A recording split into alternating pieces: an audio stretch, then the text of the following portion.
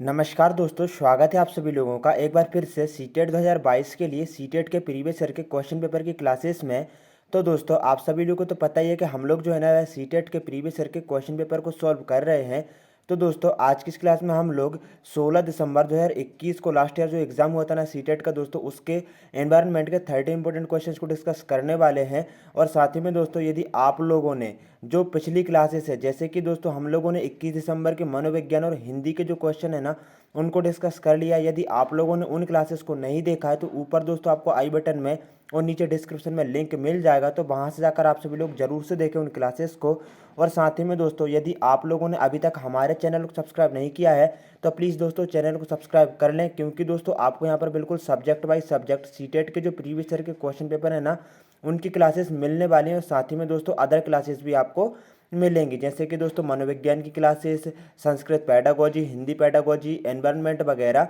तो इसलिए आप सभी लोग चैनल को सब्सक्राइब ज़रूर से कर लें और साथ ही में बेल आइकन को प्रेस कर ऑल के बटन पर सेट कर लें, ताकि दोस्तों नोटिफिकेशन आपको सबसे पहले मिल सके। तो दोस्तों देखिएगा, यहाँ पर आज की इस क्लास में हम लोग एनवायरनमेंट क्वेश्चन को सॉल्व कर रहे हैं। तो आप लास्ट में ज़रूर से बताएं कि आपके 30 में से कितने क्वेश्चन सही हुए हैं, ठीक है ना। तो देखिए दोस्तों पहले क्वेश्चन को देखते हैं। काफ़ी अच्छा क्वेश्चन और ये कई बार सीटेट में पूछा जा चुका है और इस बार भी दोस्तों रिपीट होने के काफ़ी ज़्यादा चांसेस हैं कि कुडुख कहाँ के लोगों की बोलचाल की भाषा है। जो कुडुख भाषा है वह कहाँ के लोगों की बोलचाल की भाषा है? असम, अरुणाचल प्रदेश, मिजोरम या फिर झारखंड। तो इसका उत्तर हो जाएगा झारखंड, ठीक है ना दोस्तों। याद रखना जो कुडुख है ना यह झारखंड के लोगों के बोलचाल की भाषा है। नेक्स्ट क्वेश्चन को देखते हैं। नेक्स्ट क्वेश्चन है दोस्तों, बिहार के लोगों के लिए मधुमक्खी पालन प्रारंभ करने की सबसे अच्छी अवधि कौन सी है? तो दोस्तों जो बिहार के लोग होते हैं और जो बिहार से स्टूडेंट हैं उनको तो पता ही होगा इस वाले क्वेश्चन के बारे में कि जो बिहार के लोग रहते हैं वह मधुमक्खी पालन प्रारंभ सबसे अच्छी अवधि कौन सी है रहती है उसकी?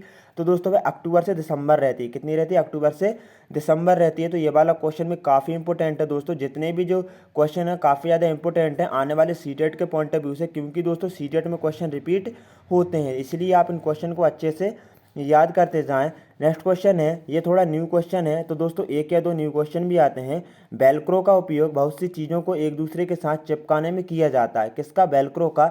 निम्नलिखित में से किसने प्रकृति से प्रेरणा लेकर वेलक्रो को बनाया था? तो दोस्तों जॉर्ज मेस्ट्रोल ने, ठीक है ना। जॉर्ज मेस्ट्रल ने जो है ना वेलक्रो का बनाया था, आपको याद रखना है। नेक्स्ट क्वेश्चन है, निम्नलिखित में से कौन भारत का संघ शासित प्रदेश है? तो दोस्तों बात हो रही है संघ शासित प्रदेश की। तो देखिए अरुणाचल प्रदेश, मणिपुर और मेघालय ये तो भारत के राज्य हैं। यहाँ पर बात क्या हो रही है? संघ शासित प्रदेश की। तो जम्मू एवं जो कश्मीर है ना यह भारत का संघ शासित प्रदेश है, याद रखना है आपको। नेक्स्ट क्वेश्चन है दोस्तों, हमारे देश के नीचे दिए गए राज्यों में से किस में एल्यूमिनियम की खान है? तो यहाँ पर एल्यूमिनियम की खान के बारे में पूछा गया है। तो वह किस राज्य में है? क्या पश्चिम बंगाल में है, बिहार में है, असम में है या फिर उड़ीसा में है? तो इसका राइट आंसर हो जाएगा ऑप्शन नंबर 1, ठीक है ना। हमारे राज्यों की यदि बात करें दोस्तों तो एल्यूमिनियम की खान की बात करें तो यह उड़ीसा में है। Right answer option number A हो जाएगा, ऑप्शन नंबर 1 हो जाएगा। नेक्स्ट क्वेश्चन है, ब्रेल लिपि में मोटे कागज पर उभरे हुए बिंदु बने होते हैं, यह लिपि आधारित होती है। तो दोस्तों जो ब्रेल लिपि रहती है इसमें मोटे कागज पर उभरे हुए बिंदु बने होते हैं, तो यह लिपि किस पर आधारित होती है? 8 बिंदुओं पर होती है क्या, या फिर 7 बिंदुओं पर, या 6 बिंदुओं पर, या फिर 5 बिंदुओं पर? तो इसका राइट आंसर ऑप्शन नंबर यहाँ पर 2 हो जाएगा। यह 6 बिंदुओं पर आधारित होती है, आपको याद रखना है। नेक्स्ट क्वेश्चन है, प्याज की फसल उगाने के लिए कई तरह के कार्य करने होते हैं। जो दोस्तों प्याज की फसल रहती है ना उसको उगाने के लिए कई तरह के कार्य करने होते हैं। नीचे दिए गए चरणों पर विचार कीजिए और वह विकल्प चुनिए जिनमें इन चरणों को सही क्रम में दिया गया हो। तो दोस्तों देखिएगा सबसे पहले क्या होता है, यहाँ पर हम लोग देख लेते हैं कि जो प्याज है उसके बारे में। तो इसका आंसर बताइएगा, इसको पढ़िए दोस्तों, इसका आंसर बताइए, इसका आंसर क्या होगा? तो दोस्तों इसका right answer option number A हो जाएगा, ठीक है ना। यहाँ पर ACDEB मतलब कि यहाँ पर सबसे पहले मृदा को खोद कर नरम बनाएंगे, उसके बाद में बीजों को बोना, उसके बाद खरपतवार हटाना और उसके बाद प्याज को उखाड़ कर निकालना और अंत में दोस्तों प्याज के ऊपर की सूखी पत्तियों को काटना। तो ऑप्शन नंबर ए बिल्कुल यहाँ पर करेक्ट हो जाएगा। नेक्स्ट क्वेश्चन को देखेंगे, हमारे देश में एक स्थान है जिसे ठंडा रेगिस्तान कहते हैं, यह क्षेत्र ऊंचा, सूखा और समतल है। यह क्षेत्र स्थित है कहाँ पर स्थित है? देखिए क्या शिलोंग में, दार्जिलिंग में, शिमला में, या फिर बात करें लेह लद्दाख में? तो इसका राइट आंसर ऑप्शन नंबर यहाँ पर 4 हो जाएगा, ये लेह लद्दाख में स्थित है। नेक्स्ट क्वेश्चन देखेंगे, नीचे दिए गए फलों और सब्जियों में उन्हें चुनिए जिनके भीतर बीज होते हैं। तो देखिए दोस्तों, यहाँ पर खीरा जो रहता है ना, इसमें मतलब खीरे में बीज तो रहते हैं, चीकू में बीज रहते हैं, भिंडी में भी रहते हैं, लेकिन प्याज में नहीं रहते हैं, तो यहाँ पर ये तो होगा नहीं। ठीक है ना। अब हम बात करें यहाँ पर आलू में नहीं होते हैं, और यहाँ पर भी दोस्तों ऑप्शन नंबर थर्ड करेला में होते हैं, खीरे में भी होते हैं, चीकू में बीज होते हैं, भिंडी, नाशपाती और टमाटर, इन सब में बीज होते हैं। तो राइट आंसर बिल्कुल यहाँ पर थर्ड हो जाएगा। बट फोर्थ वाले को देखिए, यहाँ पर आलू दिया गया है, क्योंकि आलू में बीज होते ही नहीं है, आप देख भी सकते हैं। तो राइट आंसर ऑप्शन नंबर यहाँ पर थर्ड हो जाएगा। नेक्स्ट क्वेश्चन को देखेंगे दोस्तों। यहाँ पर नेक्स्ट क्वेश्चन है, नीचे दिया गया कौन सा जंतु भालू जैसा दिखता है परंतु भालू नहीं है। यह दिन के लगभग 17 घंटे सोता है। कितने घंटे? 17 घंटे सोता है, और वृक्षों की शाखाओं से उल्टे लटक कर सोकर बिताता है और उसी वृक्ष की पत्तियों को खाता है। इस जंतु की औसत आयु 40 वर्ष तथा अपने पूरे जीवन में यह मुश्किल से 8 वृक्षों पर ही घूमता है। तो देखिए, ये चिंपैंजी तो बिल्कुल नहीं हो सकता है, सुस्त बिल्कुल नहीं रहता है चिंपैंजी, ना ही लंगूर सुस्त रहता है और ना ही पैंडा। ठीक है ना।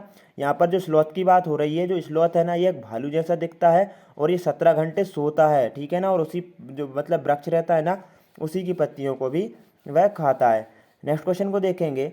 यहाँ पर देखिए दोस्तों, घरों के प्रकार मतलब किस प्रकार घर किस राज्य में पाए जाते हैं, ये क्वेश्चन भी पूछ लिए जाते हैं। तो देखिए, यहाँ पर कॉलम 1 में दिए गए स्थानों के नाम के साथ कॉलम 2 में दिए गए उन स्थानों के अधिकांश गांवों के सामान्य घरों के सही विवरण से मिलान कीजिए।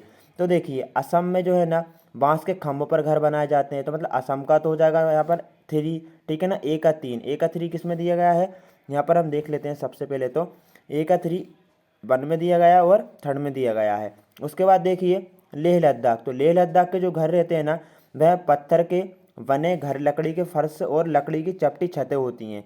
तो यहाँ पर देखिए ऑप्शन नंबर सही बिल्कुल जा रहा है, कौन सा? 3 वाला। ये वाला कट गया और ये वाला भी कट गया है। मनाली के घर कैसे होते हैं? यहाँ पर बर्फ़ गिरती है तो पत्थरों के घर रहते हैं और ढालू रहते हैं, लकड़ियों के घर भी रहेंगे लेकिन ढालू रहेंगे। ठीक है ना। और जो राजस्थान के घर हैं वह कैसे रहते हैं? तो वह मिट्टियों के घर, कटीली झाड़ियों से बनी छतें होती हैं, ताकि दोस्तों ठंडक बनी रहे। तो यहाँ पर ऑप्शन नंबर कौन सा वाला? यहाँ पर ऑप्शन नंबर थर्ड वाला बिल्कुल यहाँ पर करेक्ट हो जाएगा। Right answer option number third है। नेक्स्ट क्वेश्चन को देखेंगे दोस्तों। यहाँ पर हमारी पृथ्वी ग्लोब की भांति गोल है। बिल्कुल है। वास्तव में पृथ्वी पर ऊपर या नीचे कुछ नहीं होता, यह सब सापेक्ष है। हम भारत के लोग वास्तव में पृथ्वी के पृष्ठ पर नीचे दिए गए जिस देश के लोगों के सापेक्ष उल्टे खड़े हैं, वह देश कौन सा है? तो वह अर्जेंटीना है। और दोस्तों एक बात याद रखिए, ये वाला क्वेश्चन वेरी इंपॉर्टेंट है, आप यहाँ पर इसको अच्छे से यहाँ पर कंप्लीट कर लें, है ना। तो जो अर्जेंटीना बिल्कुल इसका सही उत्तर हो जाएगा। नेक्स्ट क्वेश्चन को देखेंगे दोस्तों।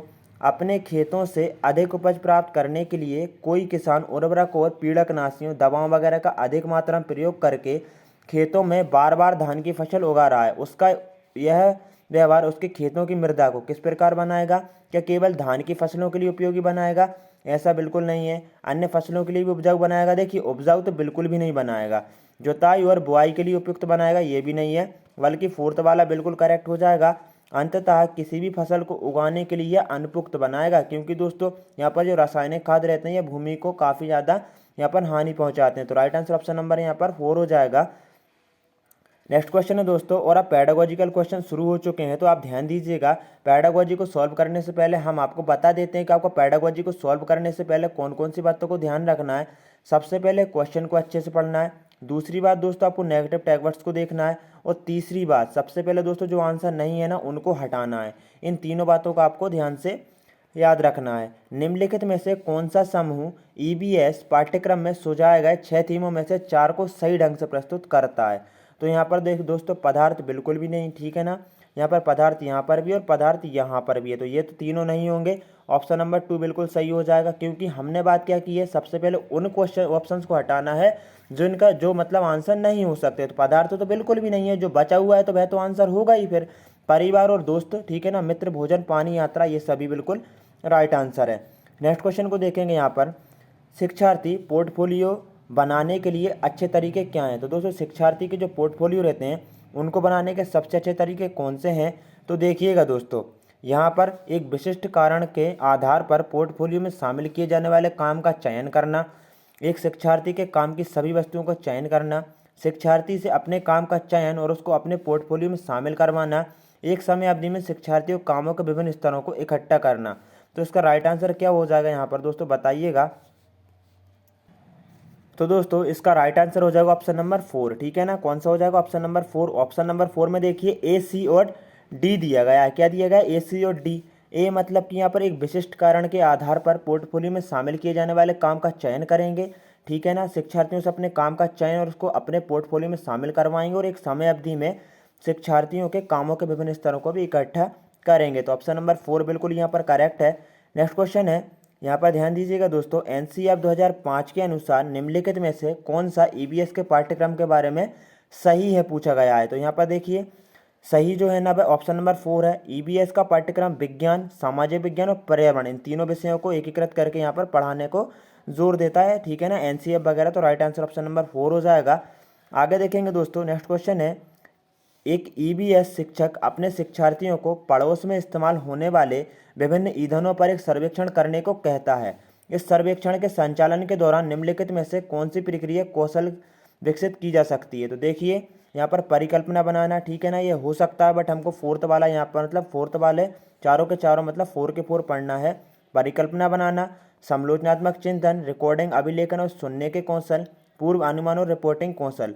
तो देखिए हम जो आपको आंसर बता रहे हैं अकॉर्डिंग टू सीटीईटी के द्वारा जो जारी की गई है ना ऑफिशियल आंसर की, उसके अकॉर्डिंग यहाँ पर बता रहा है। तो उसके according right answer option number 3 हो जाएगा। अब देखिए 3 क्यों हो जाएगा? क्योंकि बच्चे जो है ना जब इस प्रकार का कार्य करेंगे ना तो एक दूसरे से बातचीत भी अच्छे से करेंगे, तो सुनने के कौशल का विकास हो सकता है। हालांकि दोस्तों इसका आंसर ऑप्शन नंबर 2 भी हो सकता था, लेकिन गहन चिंतन की बात हो रही है तो गहन चिंतन नहीं करेंगे।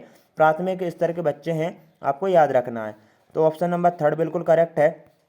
आगे देखेंगे, सीखने के लिए निरंतर आकलन के आवश्यक तत्व हैं। तो सीखने के लिए निरंतर आकलन के आवश्यक तत्व कौन कौन से हैं? इसका उपयोग बच्चे के बारे में फैसला सुनाने के लिए किया जा सकता है। तो बिल्कुल भी नहीं, फैसला वगैरह नहीं सुनाना है, मतलब उत्तीर्ण अनुत्तीर्ण भी नहीं करना है। इसे सीखने की स्थितियों में नियमित किया जाना चाहिए, ये हो सकता है। यह शिक्षकों को उनकी शिक्षण अधिगम विधि को समायोजित करने की गुंजाइश प्रदान करता हो सकता है। दोस्तों देखिए मतलब यदि कोई त्रुटि है तो शिक्षकों से सुधार सकता है, गुंजाइश प्रदान नहीं करता, ये भी नहीं होगा, ठीक है ना। बी और सी किस में है? ऑप्शन नंबर 3 में है, तो बी और सी वाला बिल्कुल सही हो जाएगा। ऑप्शन नंबर 3 करेक्ट है। नेक्स्ट क्वेश्चन को देखेंगे दोस्तों, कुणाल ने कपड़ों की बंदेज की रंगाई पर कार्यशाला करने के लिए अपने विद्यालय में एक स्थानीय कारीगर को आमंत्रित किया है। स्थानीय कारीगर को आमंत्रित करने के उद्देश्य निम्नलिखित में से इसके अतिरिक्त हैं। यहाँ पर क्वेश्चन को अच्छे से पढ़िए, मतलब कि नहीं पूछा गया है किसके अतिरिक्त नहीं है, मतलब कि वह कौन सा है जिसके अलावा सभी काम होने वाले वह नहीं होगा। शिक्षार्थी कारीगरों के ज्ञान और कौशल की सराहना करें। शिक्षार्थी टाई और रंगाई में उपयोग हुए तकनीक की सराहना करें। शिक्षार्थियों को स्थानीय भाषा सीखने में मदद करना। टाई और डाई के हाथ से करने का अनुभव प्रदान करना, ये भी ठीक है और ये वाला भी ठीक है और ये भी ठीक हो सकता है, क्योंकि उनके कौशल को देखेंगे तो सराहना भी करेंगे। लेकिन दोस्तों शिक्षार्थियों को स्थानीय भाषा सीखने में मदद करना, ठीक है ना, ये नहीं है। ये राइट आंसर बिल्कुल यही वाला हो जाएगा, इसके अतिरिक्त है ना। तो राइट आंसर ऑप्शन नंबर 3 हो जाएगा। नेक्स्ट क्वेश्चन को देखेंगे, यहाँ पर नेक्स्ट क्वेश्चन है दोस्तों, मेहर के पास कक्षा में कुछ शिक्षार्थी हैं जो प्राकृतिक आपदा के कारण अपने मूल स्थान से विस्थापित हो गए हैं और उन्हें विद्यालय वातावरण में समायोजित करने में समस्या है। एक ईवीएस शिक्षक के रूप में आप क्या करेंगे? धैर्यवान होंगे ताकि वे स्वाभाविक रूप से समय के साथ समायोजित हो सकें, ये बिल्कुल हो सकता है। केवल इस विस्थापित शिक्षार्थियों का एक समूह बनाएंगे और उन्हें समूह कार्य देंगे। केवल नेगेटिव टैग वर्ड्स बिल्कुल राइट आंसर नहीं है। उन्हें एक तथ्य के रूप में विस्थापन को तुरंत स्वीकार करना और आगे बढ़ने के लिए प्रोत्साहित करेंगे, ठीक है ना। और आगे है, उन्हें अन्य शिक्षार्थियों के साथ बातचीत करने में मदद करेंगे और उनकी कहानियों को भी साझा करेंगे। तो दोस्तों इसका राइट आंसर क्या होगा बताइएगा। तो दोस्तों इसका राइट आंसर ऑप्शन नंबर यहाँ पर 4 हो जाएगा। क्यों? क्योंकि उन्हें शिक्षार्थियों के साथ देखिए बातचीत करने में मदद होगी, ठीक है ना, और उनकी कहानियों को भी साझा करेंगे। तो राइट आंसर ऑप्शन नंबर 4 हो जाएगा। नेक्स्ट क्वेश्चन है, समुदाय संसाधन के रूप में उपयोग करने का औचित्य है। तो दोस्तों समुदाय है, इसको संसाधन के रूप में उपयोग करने का क्या औचित्य है? तो इसका दोस्तों राइट आंसर ऑप्शन नंबर यहाँ पर 3 हो जाएगा।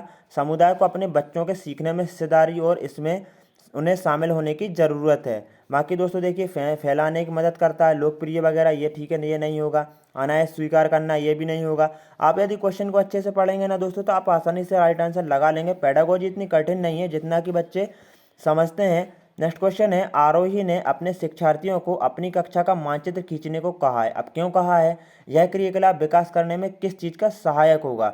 तो देखिए पूर्व अनुमान वगैरह तो इससे रिलेटेड है ही नहीं, आंकड़ों के अभिलेख भी नहीं, ना ही भूदृश्य खींचने का कौशल, बल्कि क्या होगा, अभिविन्यास और सापेक्ष स्थिति, मतलब वह समझेंगे कि जो मैप है उसके अकॉर्डिंग मतलब कि वह किस प्रकार से दोस्तों मतलब जो है ना स्थिति कहाँ पर रखनी, कहाँ पर साझा करनी है। तो राइट आंसर ऑप्शन नंबर यहाँ पर थर्ड हो जाएगा। नेक्स्ट क्वेश्चन को देखेंगे, निम्नलिखित में से क्या पाठ्यचर्या के विकास के लिए मार्गदर्शक सिद्धांत नहीं है, पूछा गया है यहाँ पर। देखिए यहाँ पर ब्लैक बर्ड्स में भी यहाँ पर इस पर फोकस किया गया है, क्योंकि दोस्तों अक्सर बच्चे नहीं को नहीं पढ़ते और हाँ वाले पर लगा जाते हैं, है ना। तो पाठ्यचर्या के विकास के लिए मार्गदर्शक सिद्धांत कौन सा नहीं है? विद्यालय ज्ञान को बाह्य विश्व से जोड़ना, ये तो ठीक है। सुनिश्चित करना कि अधिकतम रटंत विद्यार्थी से परे हो जाए, यह भी हो सकता है। परीक्षा को आसान बनाना, पाठ्यचर्या को समृद्ध करना ताकि यह पाठ्य पुस्तकों तक सीमित ना रहे, ये भी सही है। बट ऑप्शन नंबर यहाँ पर देखिए, परीक्षा को आसान क्यों बनाएंगे, ठीक है ना। तो right answer option number third हो जाएगा, मतलब कि ज़्यादा मीडियम रखेंगे ना, ज़्यादा आसान और ज़्यादा कठिन नहीं बनाएंगे। आगे है, ईबीएस में शिक्षार्थियों के आकलन करते समय बचना होगा। जब शिक्षार्थियों का दोस्तों आकलन कर रहे होंगे तो किस चीज़ से बचना होगा? आकलन करते समय तकनीकी भाषा उपयोग करने से, क्या आकलन के आधार के रूप में समूह का उपयोग करने से, अधिक सटीक विवरण के लिए घटना की तत्काल रिकॉर्डिंग करने से, जानकारी एकत्रित करने के लिए विभिन्न तरीकों के उपयोग करने से। तो देखिए दोस्तों सटीक की बात हो रही है, ठीक है ना। तो ये तो ऑप्शन नंबर 2 यहाँ पर गलत हो जाएगा, और यहाँ पर नहीं पूछा गया है तो यहाँ पर नहीं का दोस्तों देखिए बचना होगा। हाँ तो वह नहीं है, ठीक है ना, बचना होगा। तो राइट आंसर दोस्तों इसी से बचना होगा। राइट आंसर ऑप्शन नंबर यहाँ पर 2 हो जाएगा। नेक्स्ट क्वेश्चन को देखेंगे दोस्तों। नेक्स्ट क्वेश्चन है दोस्तों, रोनाल्ड रोस के बारे में कक्षा 5 की कहानी, जिसको 1902 में चिकित्सा के लिए नोबेल पुरस्कार मिला था। किसको? रोनाल्ड रोस को। कब मिला था? 1902 में, जब उसने सिकंदराबाद के अस्पताल में काम करते हुए यह खोजा कि मच्छर मलेरिया फैलाते हैं। उन्होंने अपने शब्दों में बताया कि कैसे उन्होंने मच्छरों के पीछा करते हुए समय बिताया, मच्छरों के पेट को खोलने के लिए उसे काटा और उसको सूक्ष्मदर्शी के नीचे अवलोकन किया। रोनाल्ड रोस की कहानी को ईबीएस में शामिल करने का क्या उद्देश्य है?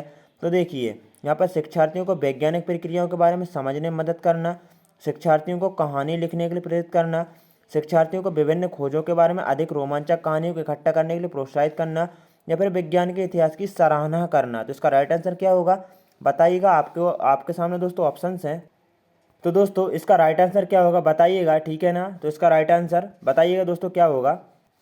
राइट आंसर ऑप्शन नंबर यहाँ पर ए सी डी, ठीक है ना। कौन सा हो जाएगा? ए सी और डी हो जाएगा। यहाँ पर बी बिल्कुल नहीं होगा कि शिक्षार्थी कहानी लिखने की थोड़ी प्रेरित करेंगे, ठीक है ना।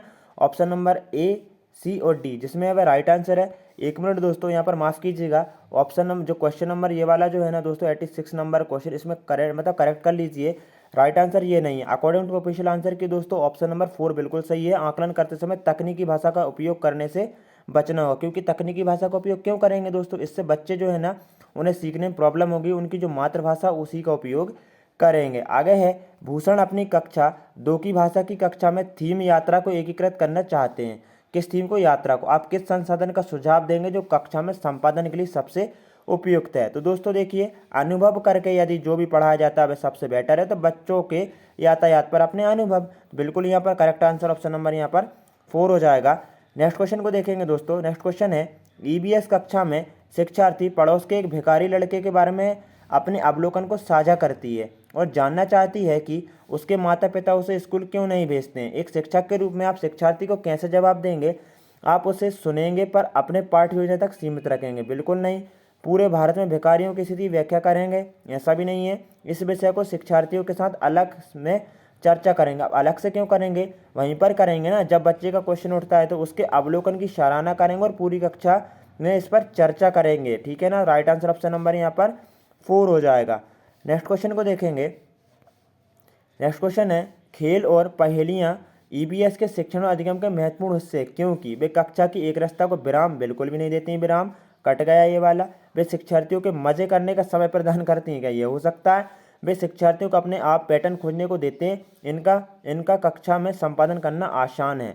तो दोस्तों इसका राइट आंसर क्या होगा बताइएगा। और अंतिम क्वेश्चन है ये वाला, ऑप्शन नंबर 3 बिल्कुल यहाँ पर सही है। वे शिक्षार्थियों को अपने आप पैटर्न खोजने को देते हैं। यदि अब बच्चा अपने आप खोजता है तो वह बिल्कुल यहाँ पर सही दिशा में जा रहा है। तो दोस्तों हम लोगों ने यहाँ पर लगभग 30 या 28 या 29 क्वेश्चन कंप्लीट कर लिया है। आपके कितने सही हुए ज़रूर से बताएं और चैनल को सब्सक्राइब जरूर से कर लें, क्योंकि दोस्तों आपको यहाँ पर जो सीटेट के जो प्रीवियस ईयर के क्वेश्चन पेपर है ना, उनकी क्लासेस कंटिन्यू आपको यहाँ पर मिलती रहेंगी। तो जय हिंद दोस्तों, वंदे मातरम, मिलते हैं एक और न्यू क्लास में।